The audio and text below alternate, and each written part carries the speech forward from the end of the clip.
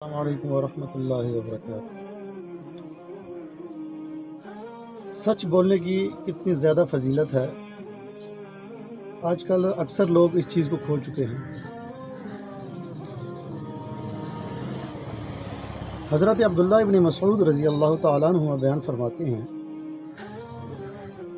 اللہ کے رسول صلی اللہ علیہ وسلم کا فرمان ہے کہ ہمیشہ سچ بولا کرے، اور ایک انسان سچ بولتے بولتے اللہ کے ہاں صدیق لکھ دیا جاتا ہے، اور اس انسان کو برائی سے منع کر دیا جاتا ہے، حتیٰ کہ اس نیکی کی وجہ سے، اس سچائی کی وجہ سے اللہ پاک اسے جنت کا داخلہ نصیب فرما دیتا ہے۔ تو آج کل کا جیسا دور چل رہا ہے کہ لوگ ہر قسم کے معاملات کے اندر جھوٹ بولتے رہتے ہیں، اسی جھوٹ کی وجہ سے رزق کے اندر تنگی بھی ہو جاتی ہے، اور رزق سے جو ہے برکت بھی اللہ تعالیٰ چھین لیتا ہے، کیونکہ جب وہ جھوٹ بولتا ہے تو جھوٹ ایک گناہ ہے، اور گناہ کے اثرات ہوتے ہیں، یہ یاد رکھیے گا۔ تو کوشش کیا کریں کہ اپنے معاملات کے اندر سچ بولا کریں۔ سچائی جو ہے یہ ایک مضبوط دیوار ہے، اس کے ساتھ آپ کو دوبارہ جھوٹ بولنے کی ضرورت نہیں پڑے گی، کیونکہ جب ایک انسان جھوٹ بولتا ہے پھر وہ کوشش کرتا ہے کہ اس جھوٹ کو چھپانے کے لیے مزید اور جھوٹ بولے، مزید اور جھوٹ بولے، تو بتائیں اس نے کتنا گناہ کیا۔ تو آج کل جیسا دور چل رہا ہے، ایک اور حدیث ہے، اللہ کے رسول کا فرمان ہے صلی اللہ علیہ وسلم کا کہ تم لوگوں کے پر ایک ایسا زمانہ آئے گا کہ لوگ یہ بھول جائیں گے،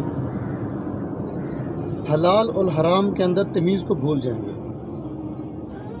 بس ان کی کوشش یہ ہوگی کہ کسی نہ کسی طریقے سے مال آنا چاہیے،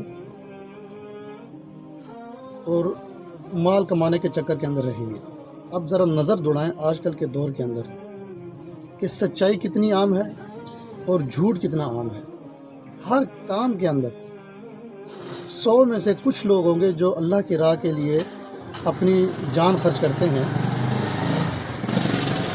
اور اس میں وہ سچائی اختیار کرتے ہیں۔ بہت کم لوگ ہیں، مگر اکثریت جو ہے، آپ ٹماٹر لینے چلے جائیں، سبزی لینے چلے جائیں، کوئی اور چیزیں لینے چلی جائیں، گھر کے لیے راشن لینا ہو، کپڑے لینے ہوں، کچھ اور بچوں کے لیے کچھ لینا خریدنا ہو، ہر کام کے اندر آپ کو 2 نمبری نظر آئے گی۔ پھر وہی لوگ شکایت بھی کرتے ہیں کہ جی ہمارے رزق کے اندر برکت نہیں ہے، روزی میں ہماری برکت نہیں ہے، ہمارے بچے پریشان ہیں، بیماریاں ہیں۔ اس کی وجہ کیا ہے؟ کبھی آپ نے ان چیزوں کے اوپر غور کیا ہے کہ وجہ کیا ہے؟ آخر کس وجہ کی وجہ سے یہ مصیبتیں ہمارے اوپر آ رہی ہیں؟ وجہ یہ ہے کہ ہم نے اللہ کے رسول صلی اللہ علیہ وسلم کا دین جو ہے اس کو ایک مذاق بنایا ہوا ہے۔ جب ضرورت پڑ جائے مسجد میں دوڑ کے چلے جاتے ہیں، سفید ٹوپی پہن لیتے ہیں اپنے ضرورت کے مطابق، جب دعا قبول نہیں ہوتی پھر کہتے ہیں جی اللہ ہماری دعائیں قبول نہیں کرتا۔ بھئی سب سے پہلے آپ نے اپنا آپ کو سیدھا کرنا ہے، توحید کے اوپر، دین کے اوپر اپنے آپ کو سیدھا رکھنا ہے، ان کاموں سے اپنے آپ کو بچانا ہے جن کاموں سے اللہ اور اس کے رسول نے منع فرمایا ہے، تو پھر جا کے آپ کا ایک مشن سیدھا ہونا ہے، آپ کی دعائیں قبول ہونی ہیں۔ اللہ کے رسول نے فرمایا کہ انسان ہے، صحرا کے اندر کھڑا ہے، مسافر ہے، اب اندازہ لگائے مسافر کی دعا قبول ہوتی ہے، اور وہ مسافر بھی ہے، صحرا کے اندر کھڑا ہوا ہے، بد حال کے اندر ہے وہ، اور اس نے اپنے دونوں ہاتھ اٹھائے ہوئے ہیں، اور دونوں ہاتھ اٹھا کے یا ربی یا ربی یا ربی اللہ سے دعا مانگ رہا ہے اپنے لیے۔